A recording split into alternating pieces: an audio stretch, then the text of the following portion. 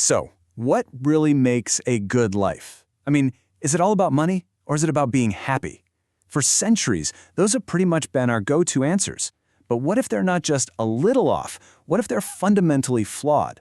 Today, we're going to dig into a really powerful idea that completely redefines what it means to truly live well. All right, to get our heads around this, let's start with a quick thought experiment. I want you to picture two people living in very different situations. So on one hand, you've got a wealthy person, but they have a severe disability that really limits their movement and what they can do.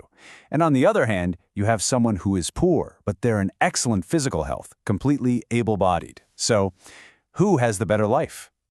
Now, if we're only looking at money, the answer's a no-brainer, right? The wealthy person wins. But that just feels wrong, doesn't it? This dilemma shows a huge problem with using things like income to measure well-being. It totally misses what a person can actually be and do with what they have. Okay, so what if we measure happiness instead? Well, that gets tricky too. See, people are incredibly resilient. Someone in a really tough spot might just lower their expectations and say they're happy because, well, it's a way to cope. It's a fascinating thing called adaptive preferences, and it can hide some serious deprivation. So, if money isn't the whole story, and happiness can be misleading, where do we go from here? This brings us to a really game-changing idea, the capability approach. This whole concept was cooked up back in the 1980s by Amartya Sen, a brilliant economist and philosopher who later won a Nobel Prize for his work in 1998. He looked at the old ways of thinking and said, nope, we can do better. And this quote right here, it really gets to the very heart of his idea. He argued that the whole point of progress isn't just about piling up money. It's about creating a world where people actually have the chance to live long, healthy, and creative lives.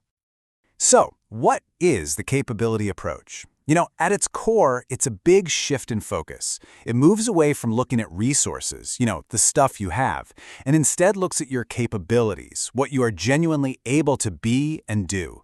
It asks a simple but profound question.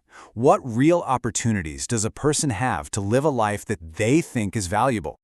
Now, to really wrap our heads around this, we need to understand two key terms that Sen came up with: functionings and capabilities. Let's break those down. First up, we have functionings. You can think of these as the actual things you are and do in your life. They're the outcomes. So things like being healthy, having a safe place to live, feeling respected, or being a part of your community. Those are all functionings. And then we have capabilities, which is kind of the next level up.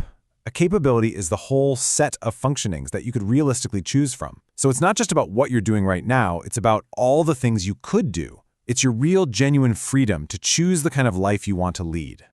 Let's make this super concrete with an example. Imagine you have a bicycle. That's your resource. But just having it isn't enough, right? Are you healthy enough to ride it? Are the roads around you safe? These things are what we call conversion factors. They determine whether you can turn that bike into a real opportunity. If you can, you now have the capability of being mobile. And the moment you decide to actually ride it, that's a functioning. And here's why this distinction is so important. Think about it. A person who is fasting for religious reasons has the exact same nutritional functioning as someone who is starving. I mean, neither one is eating, but their capability is worlds apart. The person fasting has the freedom to eat. The person starving does not.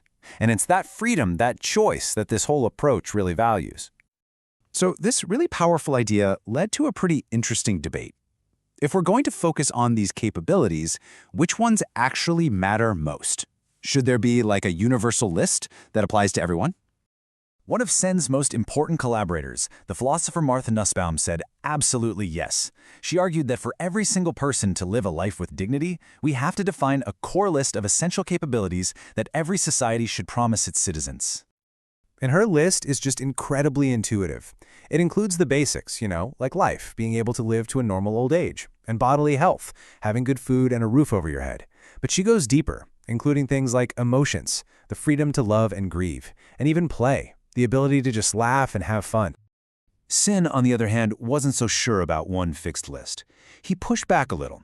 He argued that deciding which capabilities are most important, that should be a democratic process. It should be left up to public debate and discussion within each community. For Sen, that process of talking it out was just as important as the final list. Now, this wasn't just some dusty academic debate. The capability approach has had a massive real-world impact on how we think about and measure progress.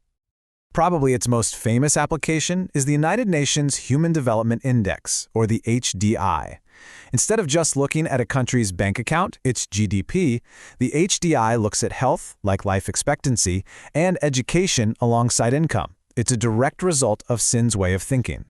And this chart shows you exactly why that matters. Just look at South Africa versus the Philippines. South Africa has more than double the income per person, but when you look at their capabilities, like how long people live or how many years of school they get, the Philippines is actually doing better. It's a perfect example of how more money doesn't automatically mean better lives. And the impact doesn't stop at global development. It's also changing fields like mental health care. The focus has started to shift away from just treating symptoms and toward promoting recovery. The goal isn't just to manage an illness, it's to empower a person to build a meaningful, satisfying life, to expand their capabilities, even with the challenges they face. This entire spirit is captured in a phrase from the mental health consumer movement: "I am a person, not a disease." It's such a powerful statement. It says that a person's value is defined by their humanity and their potential, not by a diagnosis on a chart.